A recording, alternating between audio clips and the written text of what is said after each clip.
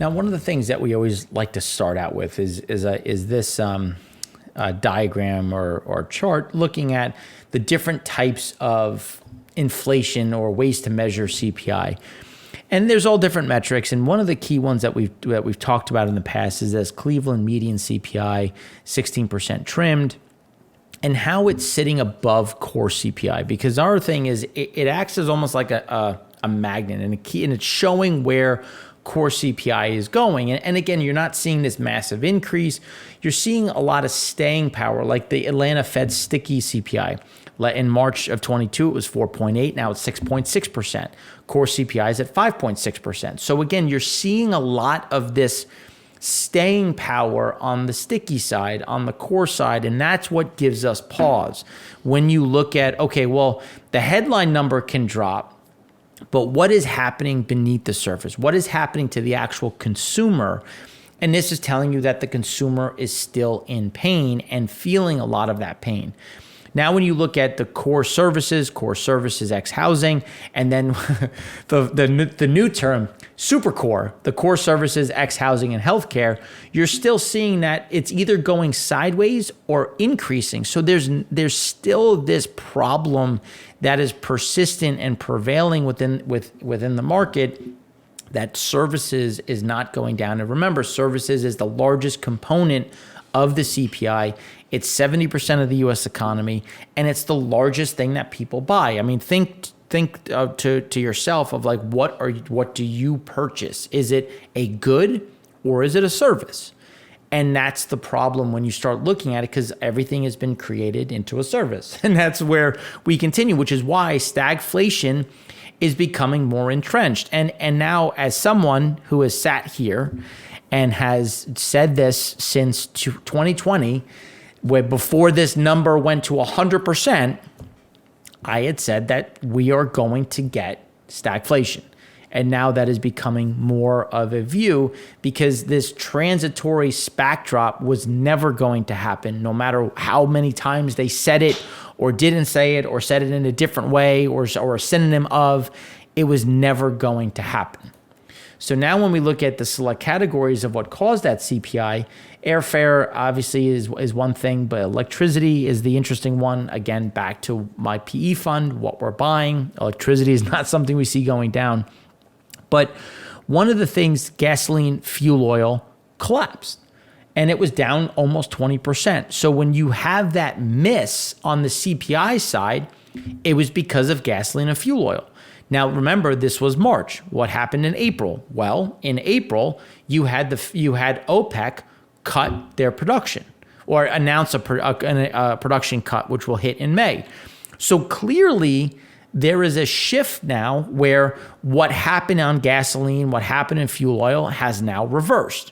So what brought us down is now going to be a bigger problem. And then when you look at consumer owners equivalent rent, OER, going back to 1984, you can see that it's the highest it's ever been. Owners equivalent rent portion of CPI edged higher to 8% year on year. On a month over month basis, the gain eased from 0.7% to 0.5%. It's still going up. And that is going to be an underlying problem when you look at, because the CPI lags OER and it's obviously still going up in this straight line. And when it starts to crest, which it will, and we'll show you charts on how it's starting to crest, you're still going to get a lag on the way down, which is why we still see inflation as a huge issue when you go through not only just 2023, but into 24. And our view is that we were going to start to get bigger deflation by the end of this year, beginning of next year. But as commodity prices stay elevated, it's going to be very difficult to see deflation. And that's a bigger shift that we're going to start to talk about more, because, I mean, realistically, we're wrong. And we're wrong ahead of time. So we're nobody, we weren't sitting here saying that you're going to bet that way, but it's going to be an interesting way. And I think the summer and how strong summer demand is will dictate if we do get that deflation or not. And that's something that we'll obviously keep you abreast on as we go forward. So now when we start looking at the median consumer price index, this is what we wanted to look at, where you look at CPI, the headline number dropped, but the important piece, median CPI, trim mean CPI, core CPI, that flattening out, that's the problem. That's the one that for some reason caught everyone by surprise, because that's the one that we've been saying that you can't have liquidity dumped into the market in perpetuity going back to 2008 and assume that you now quadruple it and then things reverse. That's not how this works. That's not how monetary policy works. That's not how currencies work. And here we are. So now when you look at the US headline, inflation has fallen by 1 percentage point to 5%, but thanks mainly to that big base effect in the energy component, which is now contracting by more than 6%. But which is good news, but the bad news is that core inflation is still too high. So the energy side has come down. It's still now reversing back up. So that softening that we got in energy is now reversing. And again, keeping some of that problem because it's not going away based on what OPEC Plus did. Core CPI inflation came in largely in line with expectations of plus 4.4 month on month, with a still weak increase in the price of goods of 1.6% year on year, despite a slight rebound and slightly high inflation in the price of services. So when you look at services at 7.1%. As we've been saying it was going to be, that services is going to, again, it's going to stop going up, but it's not going to come down very quickly. But now look at goods. Goods is starting to turn. So goods was the deflationary side of the equation, and now goods are starting to turn back up. And as we said in segment 1 at the very end, if you didn't get a chance to listen to it, at the very end, we talked about how the UN agriculture index is coming down, but when you look at the crop side, when you look at the indexes and the futures, it's actually going up. And that's something that's going to be an underlying problem when we start looking at some of these goods. In terms of momentum, the story is largely unchanged, with a contraction in the price of goods and a continued stickiness on the price of services. And as you've seen, this is the problem that we continue to have on the core CPI service side, which is going to keep us elevated, especially when you look at that 3 million, that 3 month over 3 month annualized. So then that stickiness in core, less housing, 3 month annualized change eased from 4.66% to 4.35%, but that's still faster than December. So again, you're still seeing this acceleration, which is why we see these underlying problems. And again, this is just said a different way of looking at the net number of that super core, which is the core services less housing, which is a super core piece. It's going in the wrong direction. And even the rate of change isn't slowing that much, which is the bigger concern when you look at how the Fed is going to interact with it and try to go after it.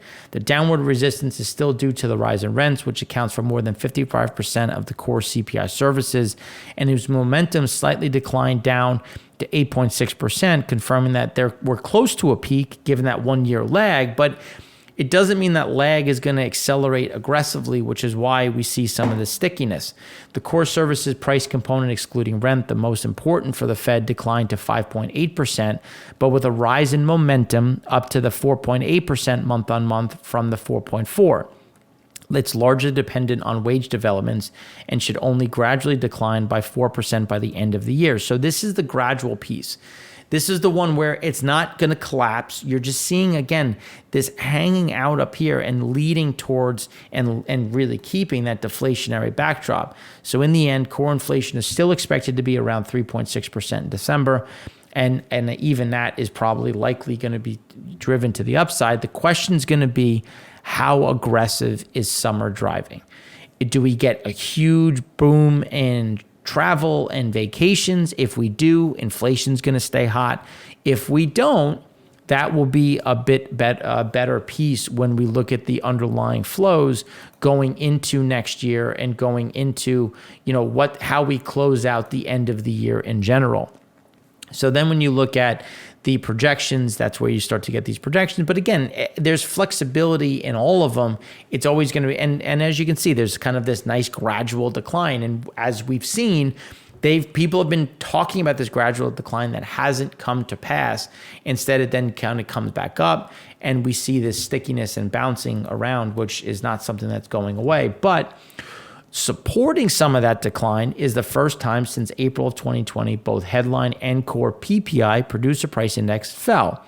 Former was 0.5 and latter was the 0.1, both largest decreases since the April of 2020. March PPI 2.7% up year on year versus 3% estimate. 4.9% prior was revised up from 4.6. Core PPI came in right in line at 3.4. So again, it's still there, but that is a positive. And now we want to see it. Is that something that's going to progress through, or does the price come back up because of what happened with OPEC and these stickiness in commodities? And that's why this is going to be an important one to watch. But this is a good trend. And you can see that the trend has been moving in that favor on the core side, which is going to be the key one to watch as we go forward. And then when you look at inflation, adjusted wages are down for a record 24th consecutive month. So when you look at going back to 1992, using 92.84 chain money, going back to 2007, you see how problematic this is. But then if you look at it a different way, median inflation adjusted weekly earnings of full-time wages and salary workers were up in Q1 of this year. So the first time in 2 years that the real wage growth has exited negative territory. It's always going to be a bit of semantics as to what is the right number to use, but you're getting an idea that we're starting to kind of level off, whether we're slightly negative, slightly positive. It's not going to be enough to make a consumer sit there and it's like, oh, well, because of this number, therefore I'm going to go buy everything and go on vacation. There's still some work to be done, and the problems remain, especially when you start looking at small firms. And small firms are the largest employers in the U.S. So more U.S. businesses reported having the greater difficulty getting loans in March after multiple bank failures. A net 9% of owners who borrow frequently said financing was harder to get compared to 3 months earlier, the most since December of 2012.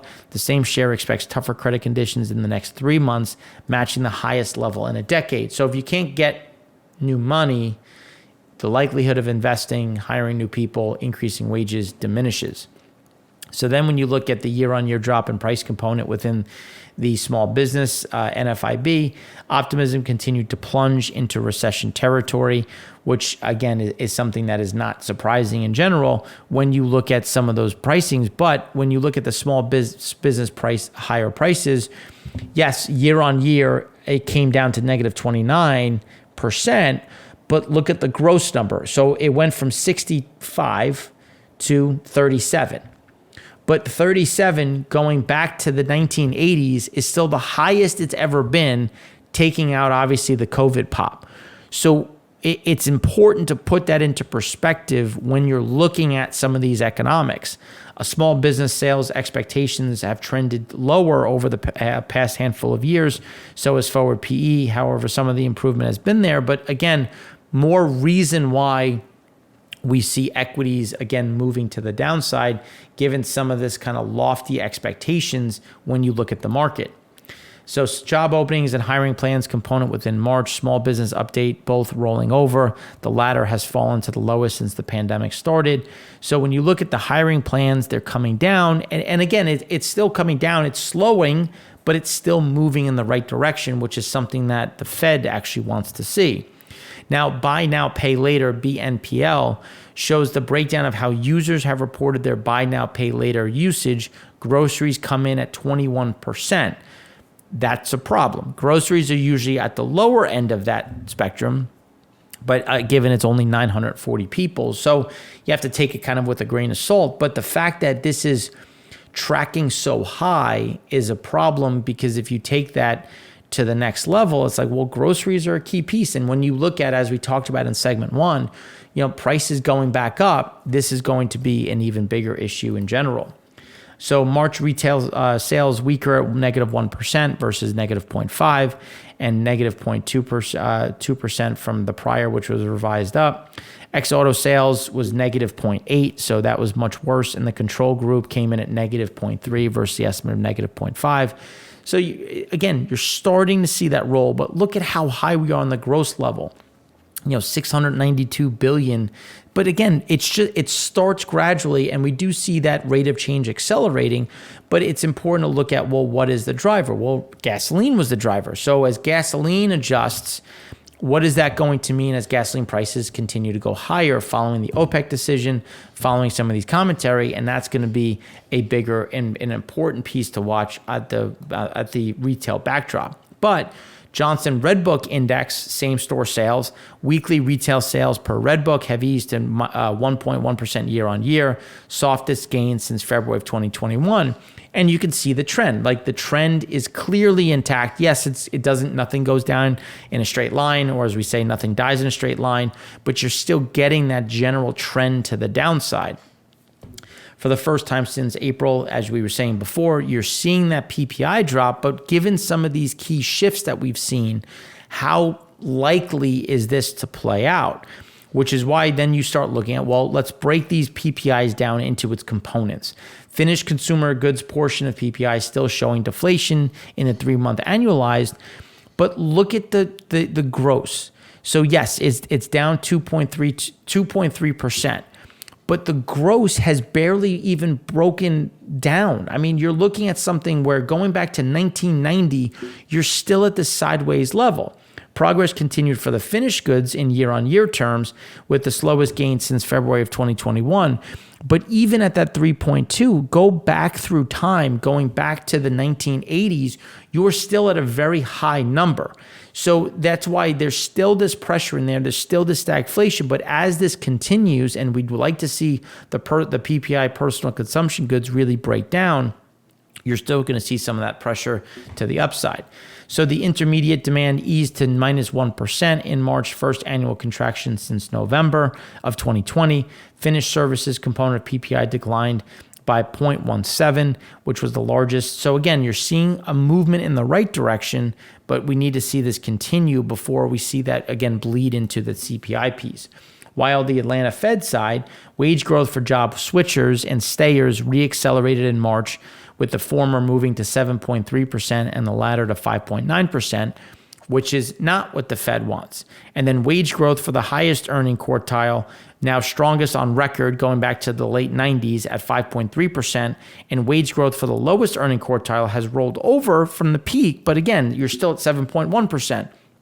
Now, this is a concern when you think about wage price spirals and what the Fed is trying to get in front of, and it's pushing us again further down that road of a continued increase in rates.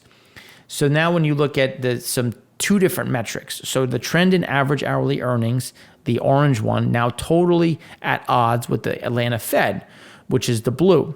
So which again is a median measure. So from March 2022 to 23. The former moved from 7% to 5.1%, so that NFP one, the yellow, while the other, the Atlanta Fed, moved from 6% to 6.4%. So depending on the metrics you're using, you're starting to get some of this back and forth. Now, as we've said before, they're both wrong. It's something in the middle. But it's not moving fast enough, or at least further in the direction needed. And it also puts into question, well, are real wages going up or down? Are they going sideways? And given the two ways to look at it, they're more going sideways, which is still going to keep action happening for the Fed. Now, drag down for gas station retail sales has reached negative 20%, and not in recession areas. But again, you're seeing some of these shifts. But even with that drop down, going back to 1992, you get an idea of kind of where we are on a gross level, which is why it's important to look at both sides of that equation. Now, shifting to real estate, April housing market index up to 45 versus the estimate of 45. Fourth straight monthly improvement as limited resale inventory helped drive demand for new homes. Share of builders reducing home prices fell to 30%. Share using incentives ticked up to 59%.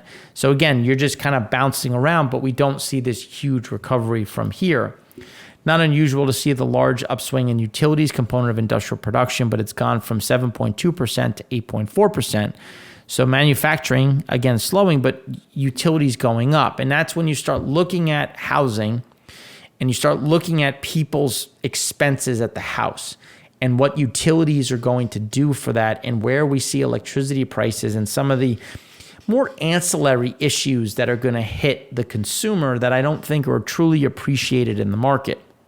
Now, University of Michigan Sentiment Index came to at 63.5 versus the estimate of 62.1.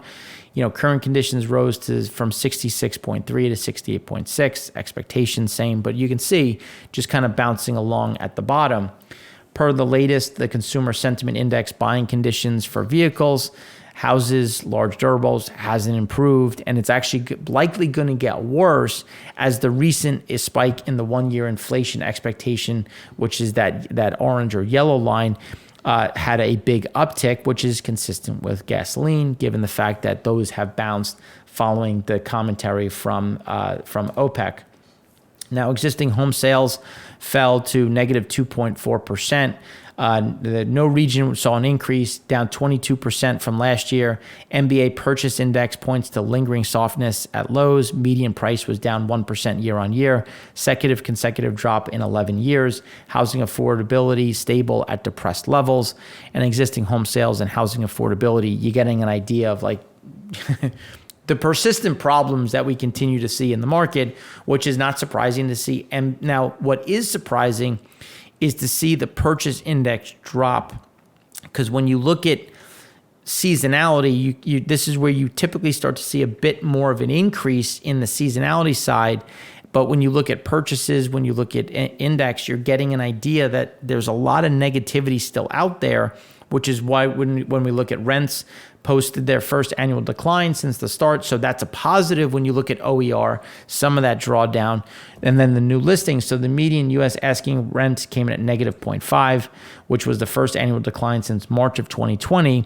By comparison, rents were 17.5% year on year.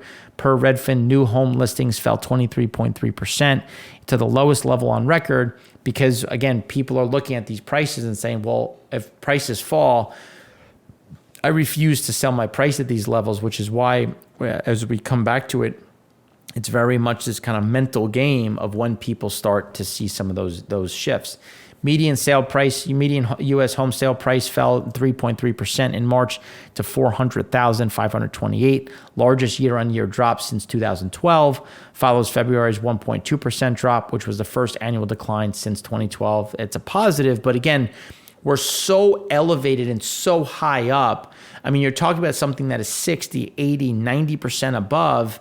So a drop of 3.3% is still a drop in the bucket and something that's going to happen. But the supply is getting better. Supply continues to improve as the spread between units completed and those under construction improved in March to the best since November of 2021. Still negative, but again, as that construction is completed, you'll see more of that volume come to market. March housing starts came in at negative 0.8 versus the estimate of 3.5, and then 7.3% prior, which was revised down from 9.8.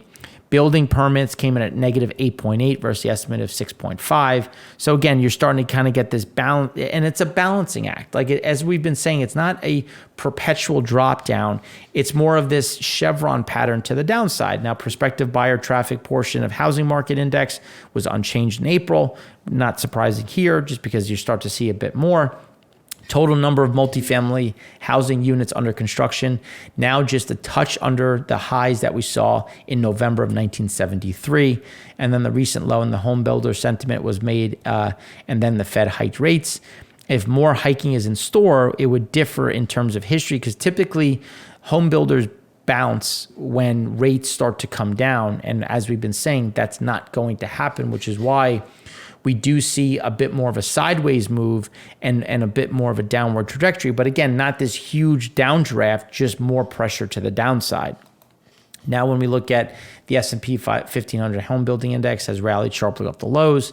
Again, why? Bit of maybe an opportunity there. With building permits correctly led construction payrolls in years leading up to and following the great financial crisis. So realistically, we should start to see some of those construction workers get laid off. That should free up more labor. that should bring down labor costs and bring down some of those building costs, which again should bring down some other costs, which would be a positive. So that's what we have for you on the US side, or rounding out the US side. In the next segment, we're going to go deeper into Europe and what is happening on the European front.